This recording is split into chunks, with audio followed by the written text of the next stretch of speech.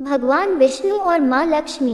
एक बार भगवान विष्णु शेषनाग पर आराम करते हुए थक गए और उन्होंने धरती पर यात्रा करने का निर्णय लिया। उनकी यात्रा की तैयारी में लगते हुए उन्हें उनकी सहायक लक्ष्मी माता ने देखा। उन्होंने पूछा, आप आज सुबह ऐसे क्यों तैयारी कर रहे हैं? विष्णु जी ने उत्तर दिया, मैं धरती पर यात्रा करने जा रहा हूँ।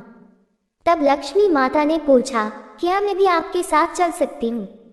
भगवान विष्णु ने सोचा और कहा, तुम मेरे साथ चल सकती हो, पर जब तक हम धरती पर हैं तुम्हें उत्तर दिशा की ओर देखना मना है। इस शर्त को स्वीकार करते हुए माता लक्ष्मी ने अपनी सहायता प्रदान की। सुबह के समय माँ लक्ष्मी और भगवान विष्णु पृथ्वी पर पहुंच गए जब सूर्य उगने वाला था और रात की बरसात भी रुक रही थी। वातावरण हरित और शांत था और पृथ्वी बहुत ही सुंदर थी। माँ लक्ष्मी मंत्रमुग्ध होकर पृथ्वी को देख रही थी, लेकिन उन्होंने भूल गई कि उन्होंने पति को क्या वचन दिया था। वे चारों ओर देखने लगी, पर उन्हें कुछ पता नहीं चला।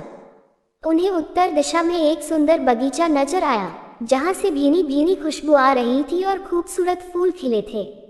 माँ लक्ष्मी ने बिना सोचे समझे एक फूल तोड़ लिया, लेकिन जब वे भगवान विष्णु के पास लौटी तो उनकी आंखों में आंसू थे।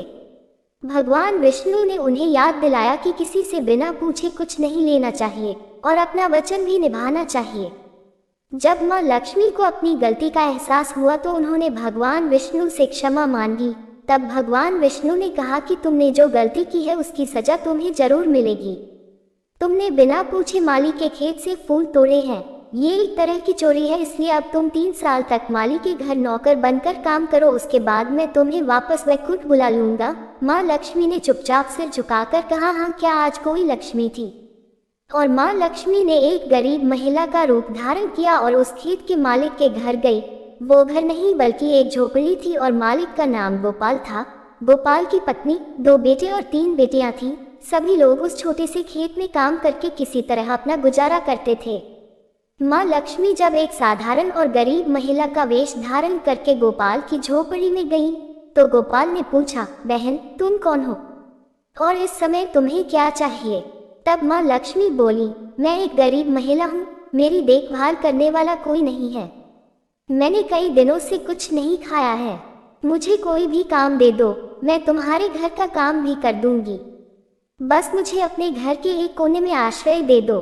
गोपाल दयालु हृदय का व्यक्ति था, उसे उस पर दया आ गई, लेकिन उसने कहा, बहन, मैं बहुत गरीब हूँ, मेरी कमाई से मेरे घर का खर्च मुश्किल से चलता है, लेकिन अगर मेरी 3 की जगह 4 बेटियां होती तो मैं अपना गुजारा कर लेता।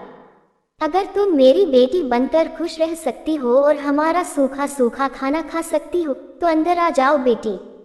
गोपाल ने देवी लक्ष्मी को अपनी झोपड़ी में आश्रय दिया और देवी लक्ष्मी ने गोपाल के घर में 3 साल तक नौकरानी का काम किया। जिस दिन देवी लक्ष्मी गोपाल के घर आई, गोपाल ने फूलों से इतनी कमाई कर ली कि शाम को उसने एक गाय खरीद ली। फिर धीरे धीरे माधव ने बहुत सारी जमीन खरीद ली और सभी ने अच्छे अच्छे कपड़े बनवाए और फिर एक बड़ा पक्का मकान भी बनवा लिया। बेटी और पत्नी ने भी गहने बनवा लिए और अब एक बहुत बड़ा मकान भी बन गया। गोपाल हमेशा यही सोचता था कि इस औरत के आने से मुझे ये सब मिला है, मेरा सौभाग्य इस बेटी के रूप में आया है।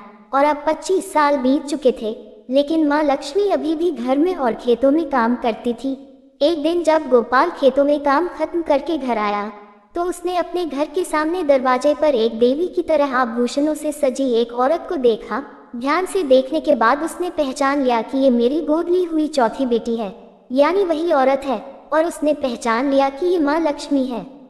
अब तक गोपाल का पूरा परिवार बाहर आ चुका था और सब आश्चर्य से माँ लक्ष्मी को देख रहे थे। गोपाल बोला, माँ, हमें क्षमा कर दो, हमने अनजाने में आपसे घर और खेतों में काम करवाया। हे माँ, हमसे कौन सा अपराध हो गया? हे माँ, हम सबको क्षमा कर दो। अब माँ लक्ष्मी मुस्कुराई और बोली, गोपाल, तुम बहुत अच्छे और दयालु व्यक्ति हो, तुमने मुझे अपनी बेटी की तरह, अपने परिवार के सदस्य की तरह रखा। इसके बदले में मैं तुम्हें वरदान देती हूँ कि तुम्हें कभी भी सुख और धन की कमी नहीं होगी, तुम्हें वो सारे सुख मिलेंगे जिसके तुम हकदार हो। और फिर माँ अपने पति के भेजे रथ में बैठकर वैकुंठ चली गई। दोस्तों, आपको कहानी पसंद आए तो वीडियो को लाइक करें और चैनल को सब्सक्राइब करें। कमेंट में जय श्री कृष्णा जरूर छोड़ें। जय श्री कृष्णा।